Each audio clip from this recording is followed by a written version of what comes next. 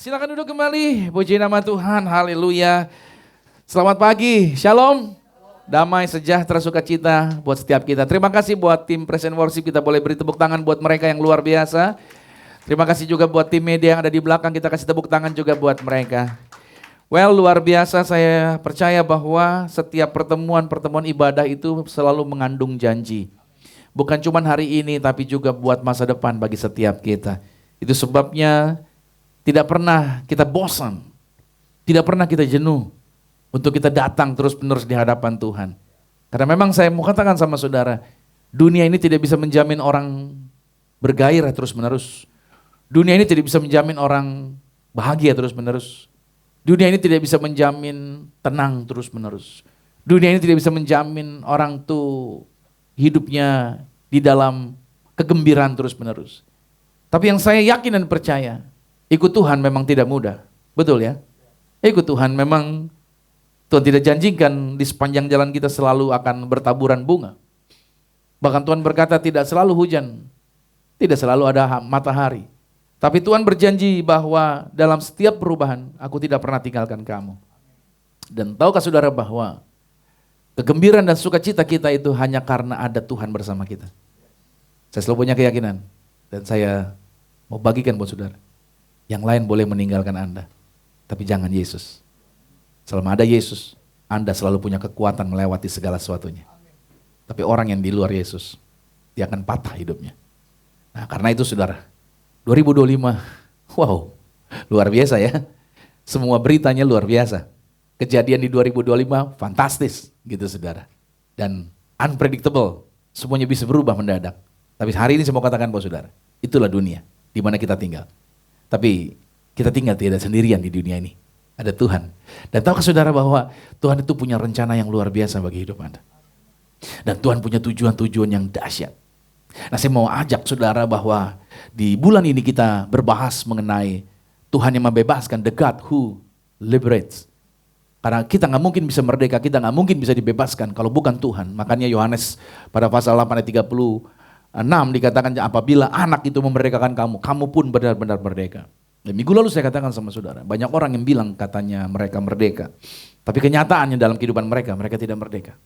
Mereka masih terikat dengan ketakutan mereka. Mereka masih terikat dengan pertemanan mereka. Mereka masih terikat dengan gaya hidup mereka.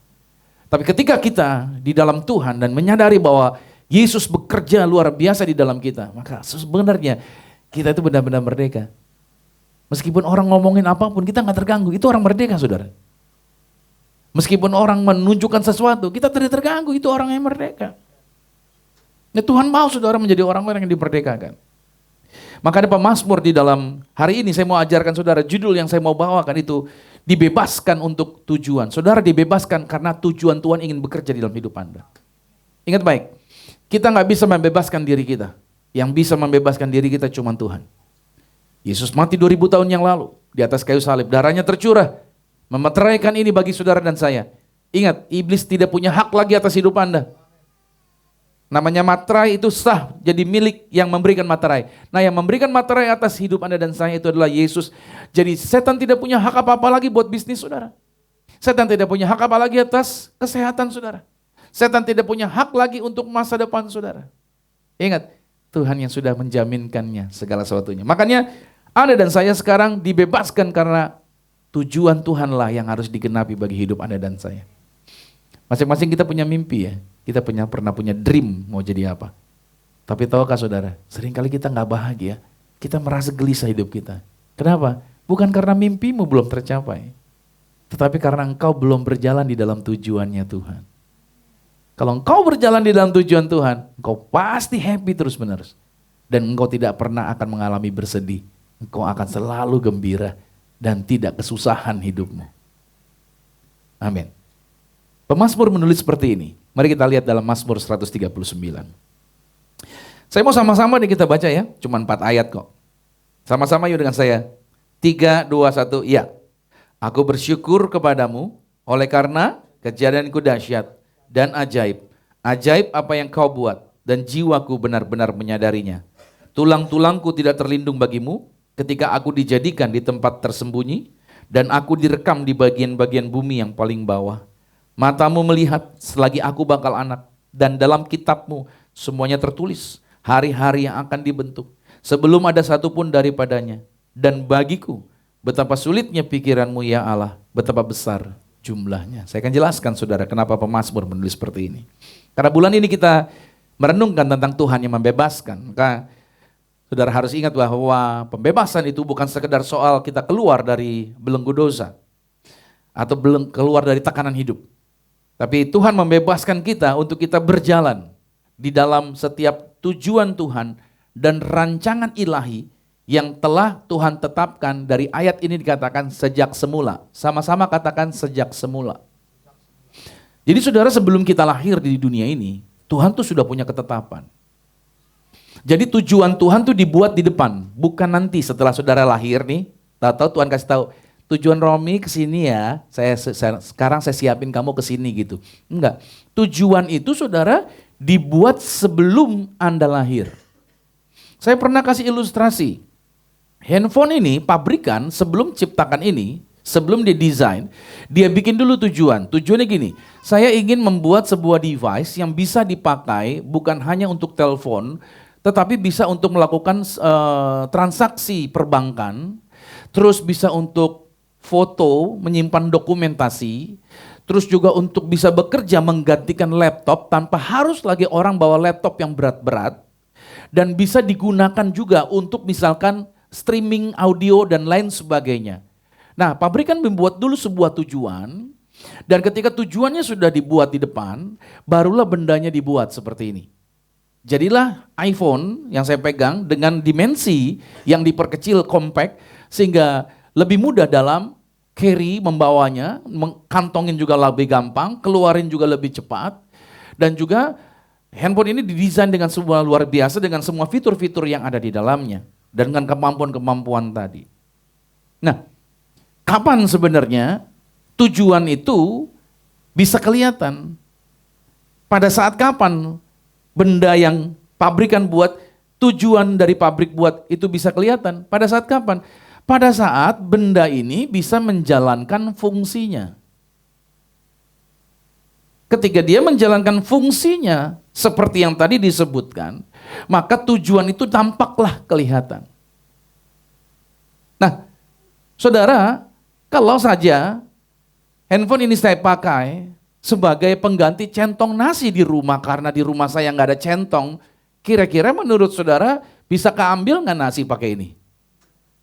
Bisa nggak? Bisa, saudara. Saya colokin aja ke nasi itu, ke rice cooker. Saya ambil begini. Ada yang jatuh sih, tapi setidaknya saya dapat juga nasinya. Tapi setiap benda yang tidak dikerjakan sesuai dengan fungsinya, maka dia akan mengalami kerusakan. Jadi kalau ini dipakai untuk centong nasi, bisa untuk ngambil nasinya. Tapi lama-lama tujuan semulanya akan apa? Menjadi rusak. Dan akhirnya tidak bermanfaat. Tahukah saudara bahwa sejak dari dalam kandungan ibu Anda, Tuhan sudah bikin Anda. Tuhan sudah bikin ketetapan dulu di awal. Ya kan? Romi, nanti kamu akan jadi apa? Pendeta nih sekarang hari ini. Warna kulit kamu sawo matang. Mirip-mirip saya kata Yesus. Karena Yesus warnanya sawo matang saudara, jujur bukan putih ya. Bukan bule. Itu film saudara. Dan rambut Romi akan pendek seperti Tuhan Yesus. Tuhan Yesus rambutnya pendek, tidak gondrong saudara. Karena orang Yahudi rambutnya tidak gondrong. Laki-laki Alkitab tulis kekejian kalau laki-laki berambut panjang. Jadi pria itu di Yahudi rambutnya pendek-pendek. Tapi memang di film-film kayaknya gondrong gitu, tapi tidak saudara ya. Jadi saudara harus pahami. Saya didesain dulu sama Tuhan tujuannya. Nah, begitu saya lahir, saya hidup, belajar dan lain sebagainya. Saya menemukan bahwa diri saya tidak berjalan semestinya. Saya merasakan bahwa kayak saudara kalau pakai sepatu tidak sesuai ukuran kaki saudara, rasanya seperti apa? Tidak nyaman kan?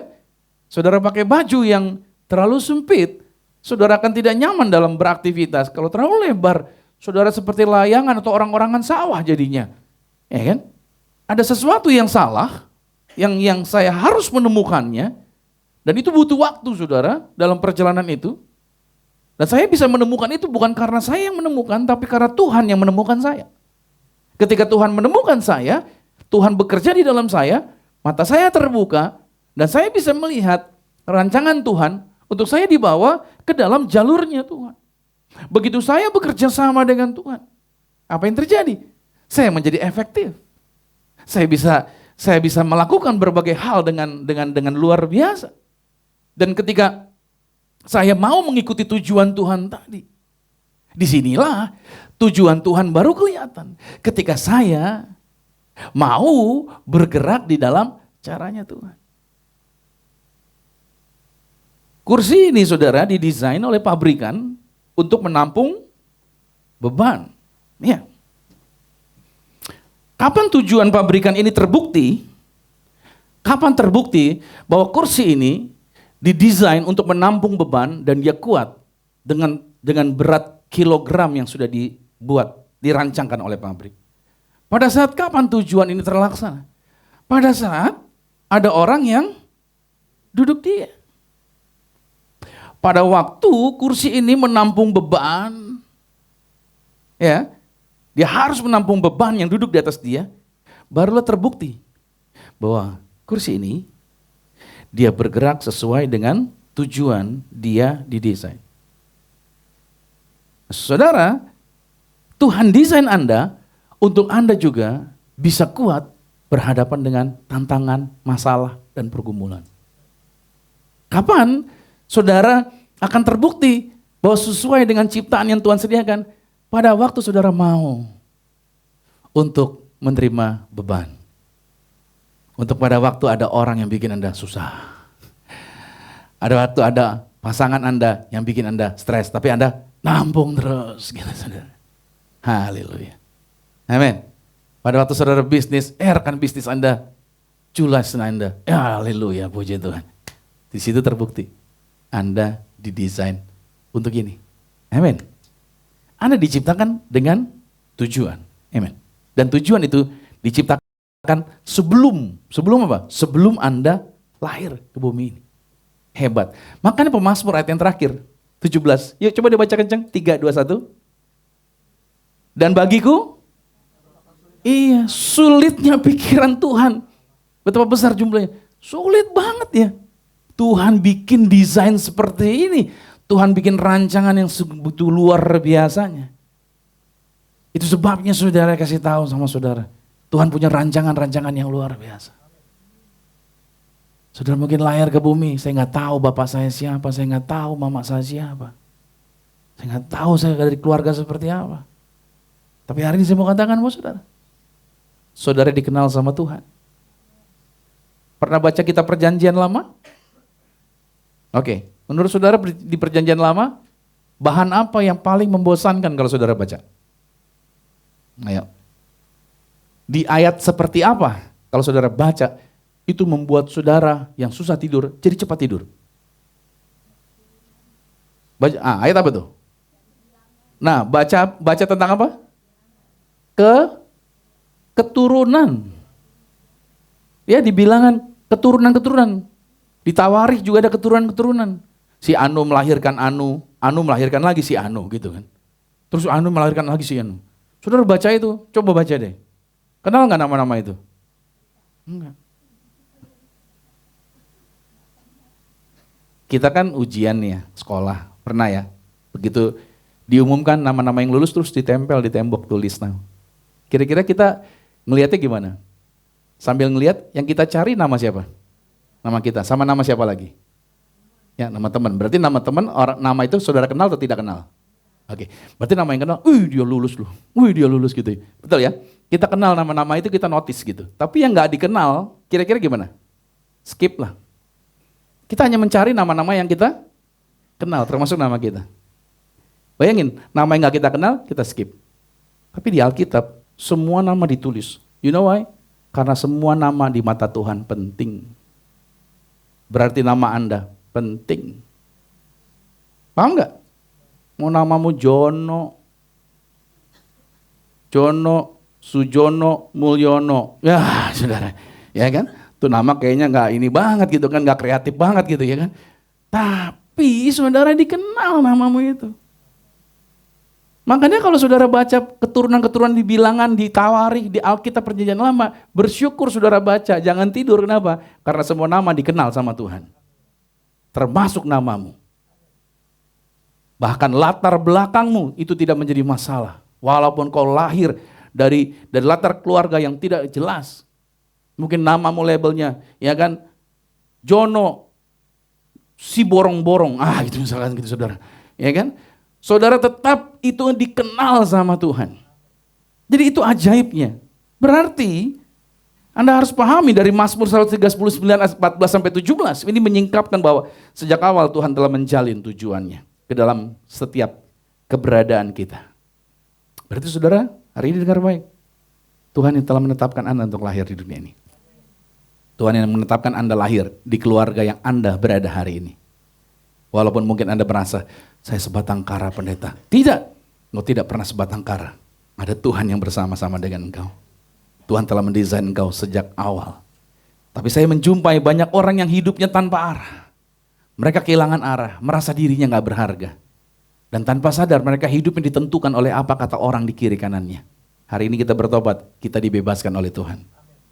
Makanya karena itu, karena Tuhan bekerja di dalam kita, keberadaan kita karena Tuhan. Berarti yang kita pelajari hari ini. Yang pertama, Anda bukan kebetulan. Saudara adalah karya ajaibnya Tuhan.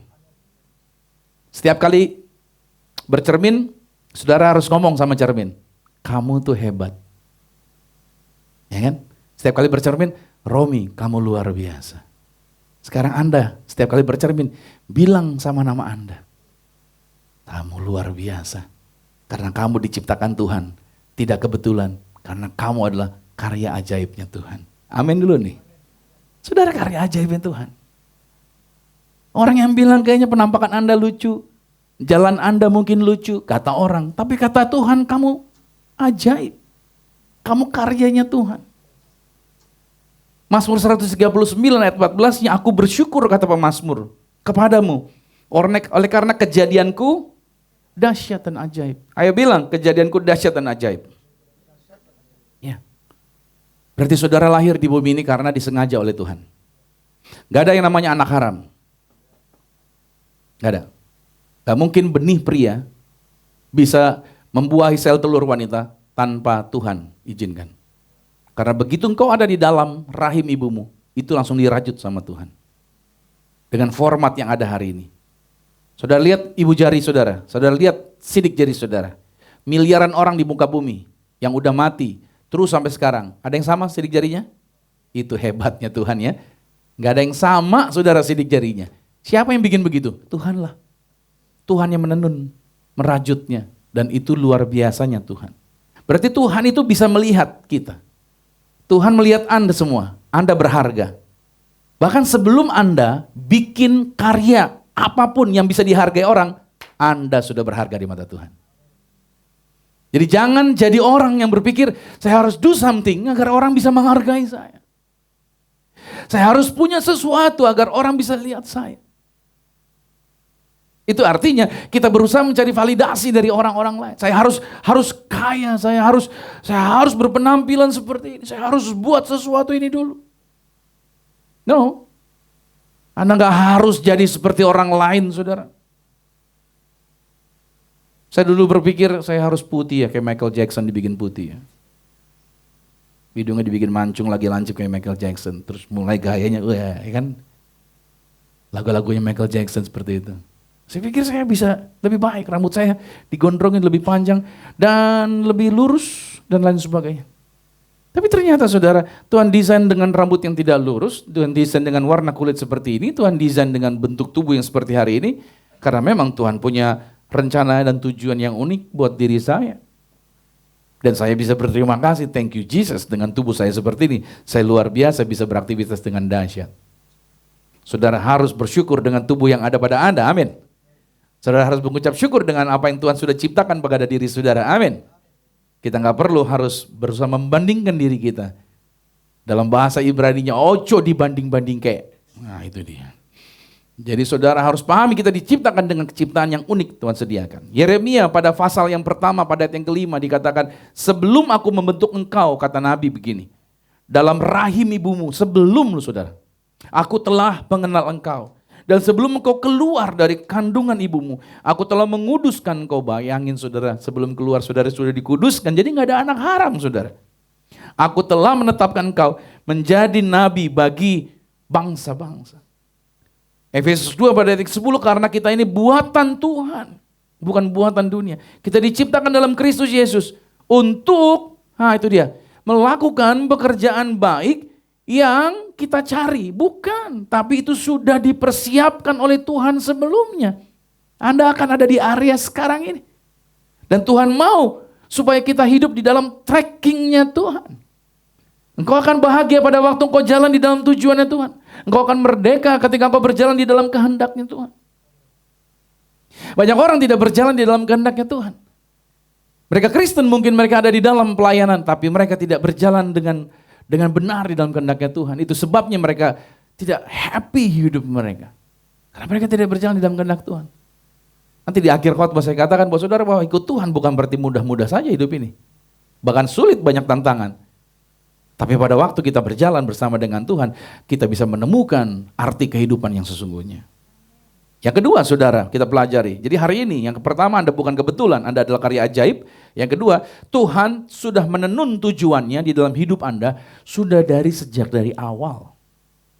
Kita mungkin bisa kacau, kita mungkin jatuh dalam dunia hitam dan lain sebagainya. Tapi Tuhan telah menenun Anda dengan tujuannya Dia sejak awal. Mazmur 139 ayat 16, dalam kitabmu semuanya tertulis. Hari-hari yang akan dibentuk. Ini ngeri sekali saudara. Berarti Tuhan tahu kapan saya mati. Halo? Tuhan sudah menggambarkan setiap perjalanan kita. Dan Tuhan telah menetapkan tujuannya buat hidup Anda dan saya. Saudara bahwa kepribadian yang ada pada saudara, manusia yang diciptakan nih, ada orang yang diciptakan dengan periang, passionate, penuh semangat. Tapi ada orang yang diciptakan pendiam, tenang. Betul? Masing-masing orang diciptakan berbeda. Oke? Nggak semua sama. Jadi saudara harus pahami di sini.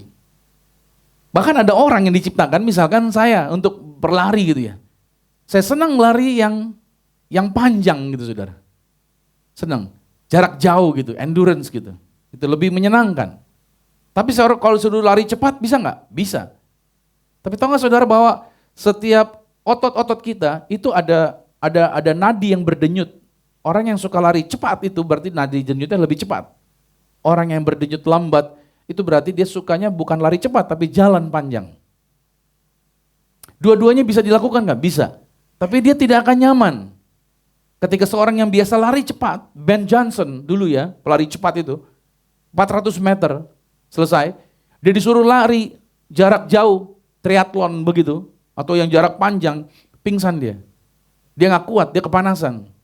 Kenapa? Karena dia didesain tidak untuk itu. Nah itu sebabnya saudara, semua orang didesain dengan tujuannya masing-masing. Artinya begini, nggak semua Anda harus jadi pendeta seperti saya. Ya kan? Kalau Anda semua jadi pendeta, saya khotbah sama siapa? Ya kan? Saya yang jadi pendeta, Anda bisa di bagian Anda.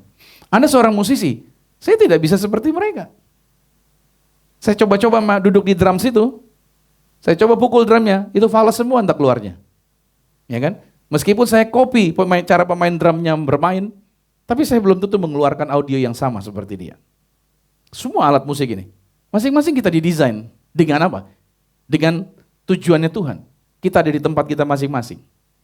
Jadi kita harusnya pahami baik-baik bahwa Tuhan telah menetapkan tujuannya di dalam diri kita. Kita berbeda masing-masing, kepribadian yang ada pada kita. Coba saudara lihat kecenderungan saudara. Ada orang yang detail saudara ngelihat sesuatu, ada orang yang gak detail. Saya kalau ketemu orang bilang, Romi sombong ya. Kok saya gak ditegur, padahal dia lihat, belum tentu kelihatan sama saya. Walaupun mata saya belok gitu ya, tapi saya kurang tajam, kurang awas untuk mengawasi orang dengan detail. Saya pernah kasih tahu, tapi ada orang yang matanya sipit. Kayaknya gak ngelihat dia melek apa tidur gitu. Tapi dia bisa bawa mobil saudara. Dan dia tidak nabrak, tapi semua detail terlihat sama dia. Tiap orang berbeda-beda di desain. Jadi kita harus pahami, ada kecenderungan-kecenderungan, ada yang Tuhan taruh di dalam diri kita. Saya orangnya detail telinga saya bisa menangkap situasi apapun, terekam dengan jelas. Saya bisa notice pergerakan-pergerakan dan lain sebagainya. Karena saya bisa menangkap dengan daya dengar yang luar biasa. Itu telinga saya. Nah, saya harus tahu di area itu, saudara, Anda harus pahami. Ada kecenderungan yang Tuhan taruh di dalam fisik kita masing-masing yang tidak sama dengan semua orang. Dan itu akan menjadi keunggulan saudara. Ketika saudara mengetahui itu menjadi keunggulan yang luar biasa. Karena talenta yang ada pada saudara gak harus sama dengan orang lain. Kita diciptakan berbeda. Ada yang sama di sini, betul ya? Even semua wanita di sini, ada yang sama? Enggak. Kalau setiap wanita di sini, semuanya sama. Sama istri saya juga sama seperti Anda. Saya bingung, yang mana istri saya? Karena semua sama. Tapi semua orang diciptakan berbeda. Tahu nggak saudara? Perbedaan itu adalah anugerah. Justru gara-gara berbeda, kita bisa hidup. Jadi berbeda itu bukan untuk berantem, berbeda itu bukan untuk iri hati, tapi berbeda itu karena adalah anugerah. Sehingga bisa mencirikan, membedakan mana yang satu dengan yang lain. Itulah yang disebut dengan berbeda. Nah, Tuhan membebaskan kita dari kebingungan akan identitas kita.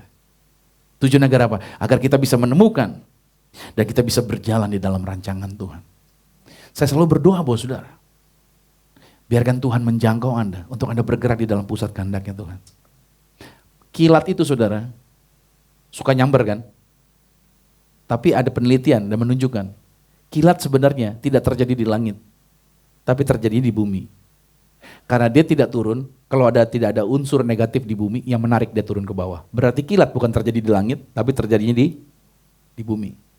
Ada sesuatu yang menarik dia turun. Tuhan mau kasih tahu kehendaknya atas hidup saudara. Dan kilat tidak turun di sembarang tempat. Nggak di semua tempat. Hanya tempat tertentu saja. Berarti Tuhan mau memberitahukan kepada Anda kehendaknya. Berarti di sini dibutuhkan apa? Dibutuhkan ada unsur dari diri saudara yang dapat menarik petunjuk dari Tuhan datang kepada saudara. Berarti saudara nggak bisa diem-diem aja. Ya kalau Tuhan mau kasih tahu jalannya, ya kasih tahu aja sama saya gitu. Terus kita mabok-mabokan, terus kita hidup sembarangan. Nanti juga kalau Tuhan mau kasih tahu, ya Tuhan kasih tahu. Nggak bisa saudara. Ada sebuah peran kita. Tadi saya kasih tahu, bagaimana agar kilat itu bisa turun, kita harus bikin apa tadi? Muatan negatif yang menarik dia turun ke bawah. Sama Tuhan mau kasih tahu sama kita. Tapi kalau kitanya adem ayem, kitanya nggak serius gitu ya, kitanya nggak excited dengan Tuhan gitu ya. Gimana Tuhan mau kasih tahu petunjuknya? Padahal Tuhan mau kasih tahu, cuman kitanya nggak mau. Makanya kita kebingungan sampai hari ini. Kenapa ya keuangan saya gini-gini terus gitu? Kenapa ya perasaan saya begini terus? Karena saudara tadi tidak mau bergerak dalam artian mencari tahu kehendak Tuhan. Tuhan saya mau nih, saya mau serius dengan Tuhan.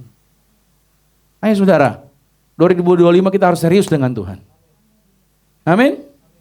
Jangan tunggu rekening akun Anda dibekukan baru Anda cari Tuhan. Jangan tunggu tanah Anda disita negara baru Anda cari Tuhan. Haleluya. Saya berdoa buat saudara ke saudara, sungguh-sungguh deh. Saya nggak tahu masalah apa yang terjadi, tapi masalah-masalah yang terjadi dalam hidup Anda itu ada trigger untuk Anda lebih intens dengan Tuhan. Kalau nggak ada masalah kita santai saudara. Tapi justru ketika ada masalah kita intens cari Tuhan. Yang setuju katakan amin dulu nih. Makanya Roma 8 ayat 28 sampai 30 berkata begini. Kita tahu sekarang bahwa Allah turut bekerja dalam segala sesuatu untuk mendatangkan kebaikan bagi mereka yang mengasihi Dia, yaitu bagi mereka yang terpanggil sesuai dengan rencana Allah. Sebab semua orang yang dipilihnya, Anda semua nih yang dipilih Tuhan dari apa? Dari sejak awal, dari dalam kandungan, sebelum kau ada di dalam kandungan. Mereka juga, Anda juga sudah ditentukan Tuhan dari semula untuk menjadi serupa dengan gambaran anaknya. Berarti ada tujuan Tuhan.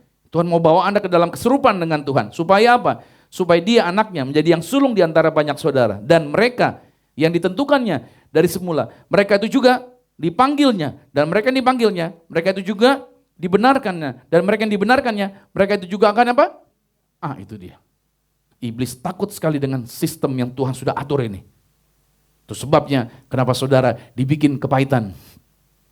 Itu sebabnya kenapa saudara gaya hidupmu dibikin kecanduan dan lain sebagainya. Agar tidak terjadi apa yang Tuhan sudah rancangkan. Amsal 16 ayat 9, hati manusia memikir-mikirkan jalannya. Itu kita.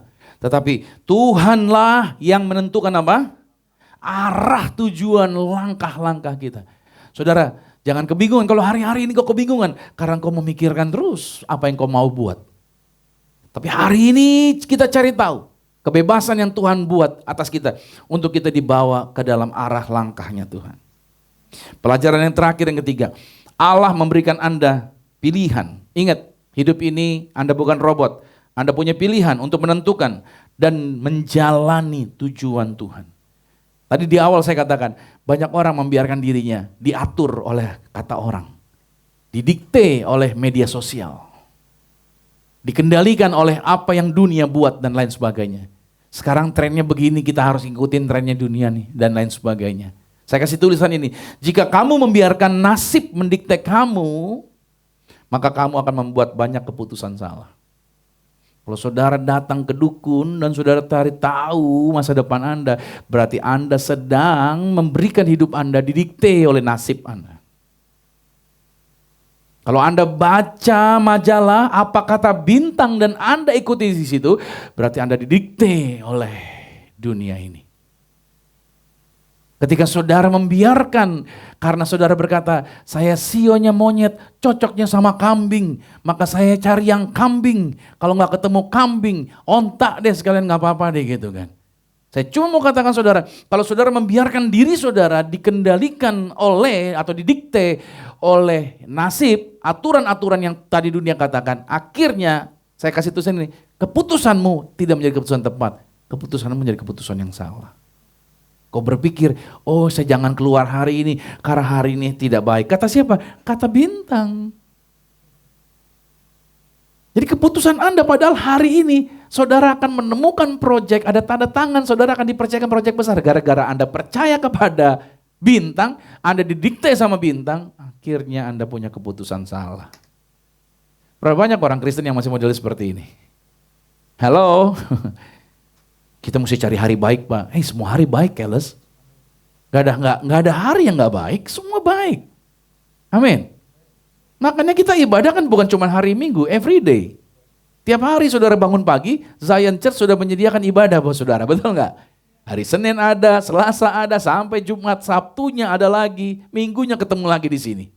Semua hari baik gak? Iyalah, baik. Gak ada hari yang gak baik. Itu sebabnya Anda jangan izinkan Anda didikte hidup Anda oleh nasib.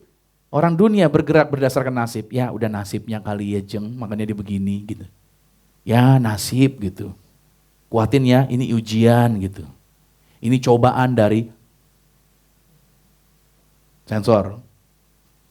Ya kan? Kita begitu kan, kenapa kita bilang ini ujian, ini cobaan? Karena kita kebanyakan nonton sinetron. Makanya kita percaya seperti itu.